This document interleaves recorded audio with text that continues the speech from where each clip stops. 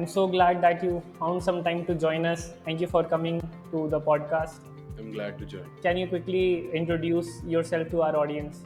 Yeah, hi. My name is Arush Karbanda. I'm from Delhi. I did my engineering in computer science and a minors in management. The need to push myself more towards the management side of things. So pivoted my job into consulting. I've been working with Bain Company for the past 2 years now. What motivated you to pursue a career in management? How did you find your niche? I've been always good with maths, good with my content, qualitative, and just the peer pressure pushed me towards engineering, I would say. But I am glad to find my niche because my college offered a minor course and I did some courses there. And during that period of time, in my third and fourth year of college, I figured out that yes, that is my calling. And I just pushed myself really hard to work in that domain so that I can be fit for a job like consulting. So, what is your advice to students who are in college right now who are struggling with finding their niche? I think that's a very difficult question because first thing that you have to realize is that you are not alone in this. I personally feel that very rarely people are aware of what they are going to do for the rest of their lives. So it's always a journey, not the destination that matters. And I really believe in that. And I strongly believe that it can happen to you at any point of time. You just have to go with the process, and whatever comes your way, you just have to deal with it perfectly. Just stay positive. It's a very cliche line, but I genuinely believe in that. I think it is more relevant in today's recession period as students are not getting offers, they are rescinding offers. Staying positivity is the key to maintaining your mental health. Definitely. See, I personally also believe that we all, as employees or as students or as humans for that matter, cannot control the economy to a certain extent. So, irrespective of at whatever point in life you are at a stage where you are looking for a job, you can't be sure of how the economy is going to be at that point of time. So, all you can hope for is that you have the perfect skill set and knowledge at that point of time, and you are applying with your best forward. And let's hope that things work out. Yes. So as you are into consulting, can you briefly describe what do consultants do? What exactly is the high life that we talk about consulting? Personally feel that as a consultant, what consultants do is that we are people with that specific set of skills that help the people who are doing their business grow their business. Like that is the core one-to-one thing.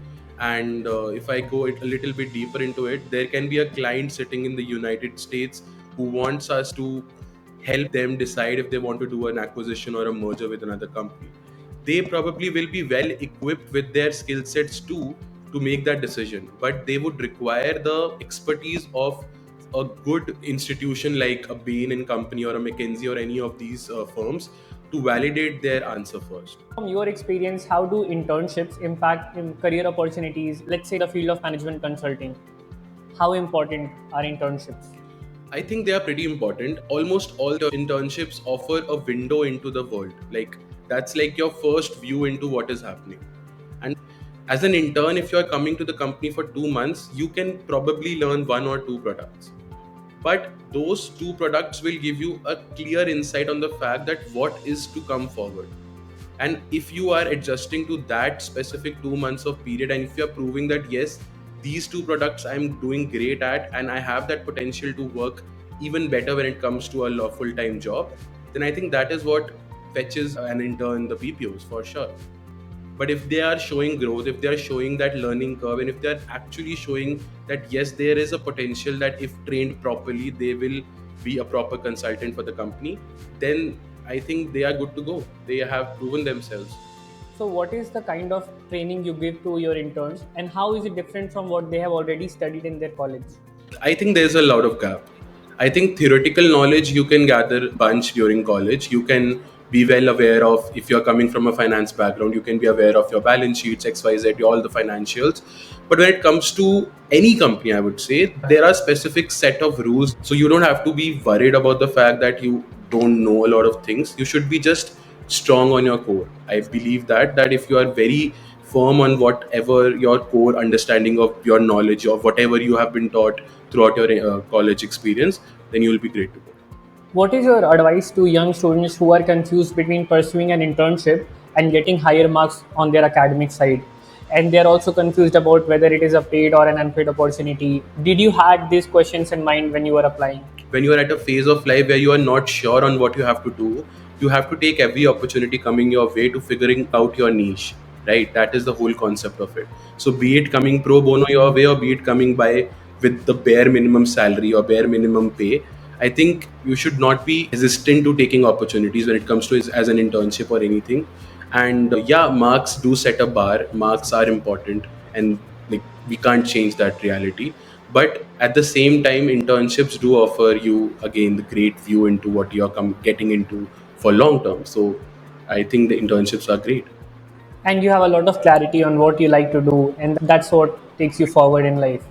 Yeah, now I do, but that clarity was not there when I joined the company. So clarity comes with experience for sure.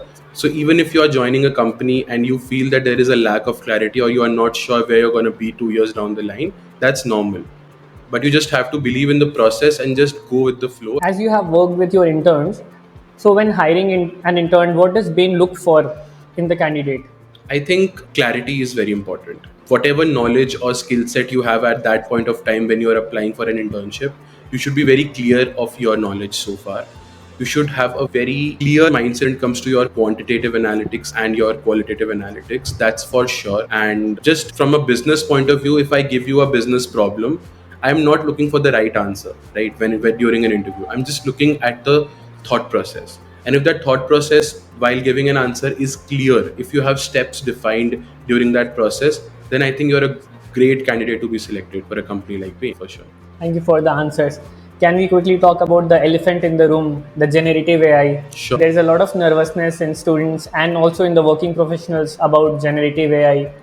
So, how do you see AI impacting your job in the coming years? I was having this discussion with my manager a few weeks back, and I just realized that even though there will be a lot of things that will be covered with AI in the coming future, because the sad part is, or the good part for development is that AI is growing exponentially. Absolutely. Like even a chat GPT 3.5 and a chat GPT 4 is drastically different. So imagine the potential of Absolutely. ChatGPT 6 or whatever it's coming forward. So the exponential growth of the AI capabilities across all jobs is gonna be scary. But what you have to realize is that there can be products where you require analysis, where you require that you want to have this. For example, you have these 20 locations, you have to find XYZ information around it and do a country benchmarking or something like that. Okay, in that process, AI can enable help for you. AI can be there to get you those answers, go get you those source links and everything, but the validation part will always stay towards the human. So the core secondary research part, that is a big chunk of any consulting, where you're doing a lot of secondary research to find formulate answers, can be assisted by AI, but cannot overtake your job. You will require the human touch to validate those things Right. and present them in a way that actually helps the client, right? So I think that is where we are trying to focus on. The core of consulting specific to my work stream is your human touch that can never go away. So your see, the jobs are not at risk, just the way you are working will change. That's the approach you have to have in mind.